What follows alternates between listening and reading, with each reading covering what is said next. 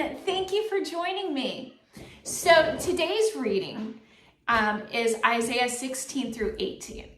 And these are 3 chapters, and they're about prophecy and about 3 nations. You have chapter 16, you have Moab, and in chapter 17, you have Damascus and Syria, and 18 is Cush and Ethiopia. And together, they show a pattern of human pride, collapse, national falls. But we see in the end that God remains in control and invites people to turn back to him. So let's jump right into it. Isaiah 16, Moab's, he falls. And why does he fall? Because he is so prideful. Okay, so he's in trouble, right? The land is in ruin. People are fleeing, and everybody's just desperate for help. Have you ever felt like that? So it doesn't always have to be on this huge scale, which it was on a huge scale here. It could be the little things in life, because as we had talked about last week, the little things if left alone, they fester and they become bigger things, right? So when you feel like you're in that place of desperation, when you are in that troubled storm, remember, God is always there. So we see in chapter 16, God tells them to seek refuge in Zion, which is Jerusalem. But Moab, he refuses, right? He thinks that he knows better than God. He's letting his pride come before his faith. And what did we see? Like the crops are going to fail. The city falls. And their worship doesn't save them.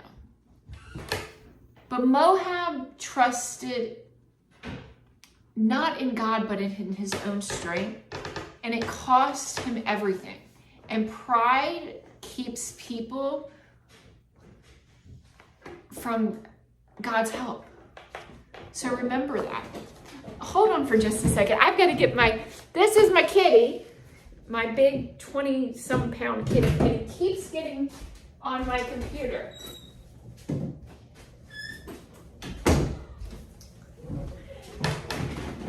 Sorry about that, guys. So that was Nemo. So we go into chapter 17, and Damascus falls, and Israel is mourned.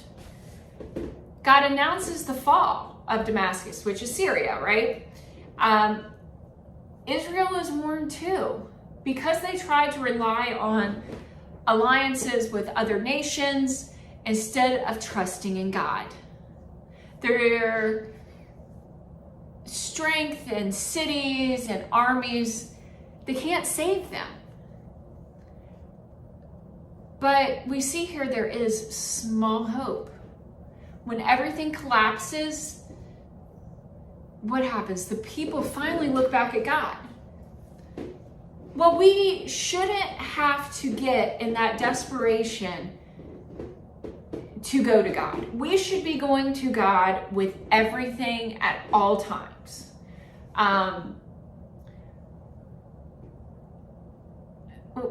We don't need just to go to God. So my rule of thumb, I always went to prayer when I needed something. And it was kind of like a kid with Santa Claus, like with the wish list. That's not what a relationship with God is. So now, when something great happens in my life, or even if I just get through the traffic light up here without having to sit for 5 minutes. Mayor Bobby Dyer needs to fix. Thank you. I'm praising God for the small things, for the big things. And when I do have need, I go and I give it to him. I lay it on the altar. But I know that he's in control. I know that no matter what, no matter my anxiety and worrying, and nobody worries like I do, I'm a worrier. But I know in my heart that none of that, the worrying and the anxiety, I just got to give it to him. So don't get to that place of frustration and desperation before you hit your knees and go to God. Be doing that daily. Grow in your relationship with God. So in chapter 17, what we saw is that you can't trust, well, you can't put all of your trust in the human systems and alliances, or, God can't be just the backup plan. God has to be the plan. Everything can fail in life, but God doesn't fail. So instead of making this massive plan without consulting the Most High, go to him first. Don't make him the backup plan. He needs to be in the front, in the middle, and the back. So Isaiah 18. So we see Cush here. I think I said crush earlier. I'm very sorry. But it's Ethiopia. And we're seeing God's timing here. Cush is powerful. It's an impressive nation. So they're sending messengers and trying to act quickly. But God says, be still. I will act at the right time. One of the things from growing in faith is one of the hard things for me to learn was to be still and quiet. Now I relish in it because I can just have conversation with God. But we see here in 18, he is telling them, be still. I will act when time is right. I got this, guys. No nation is too big or too far for God to deal with. Human power looks strong, but God's timing and authority is greater than anything we can imagine.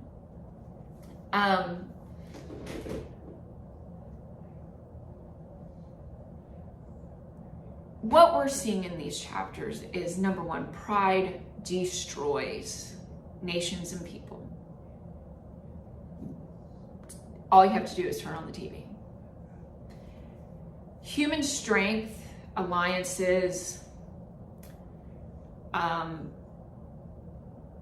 strategic plans doesn't replace God. Your strategic plan needs to be God. He doesn't need to be the backup plan. It doesn't need to be when all else fails, we're going to pray. No, that should be your first line of defense and offense. God sees every nation, every person, big, small. He will act in his timing. And I know that you think that you know what's best for you, but he's the one that created you. We are here because of him. I promise he knows better than you and I. And what we saw here is when everything fell apart, the people turned back to him. No. I mean, that's great and all, and everybody slips. I'm not saying that. I'm not saying that we get involved with work or family and we slip and God's not the first thought. But that's why we have these relationships and we cultivate these relationships with God, because he needs to be, we don't need to be turning back to God. We never need to leave God. He never leaves us. So why do we get that option? If he is our King and our Savior, he is always with us. So why would we ever want to leave him? Ask yourself that. So when you're reading Isaiah, remember Isaiah was written across different periods of Israel's history. And it reflects judgment and hope.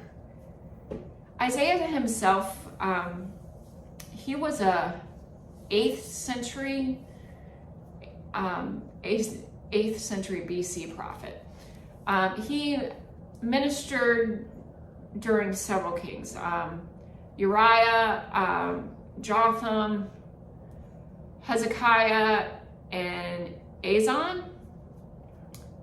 His early prophecies we see in the first part of Isaiah, and this comes from a time, and he warns Judah against idolatry,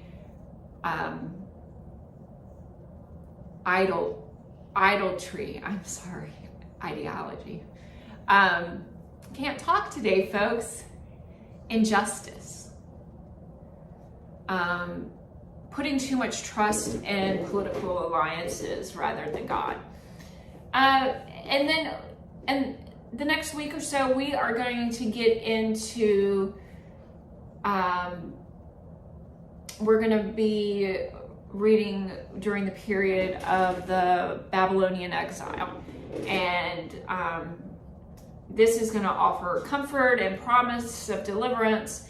And then the end of Isaiah is after the exile, and it focuses on restoration and God's future kingdom. Isaiah is one of my favorite books to read. This, we talk about the treasure hunt that we do all the time when we're reading the Old Testament.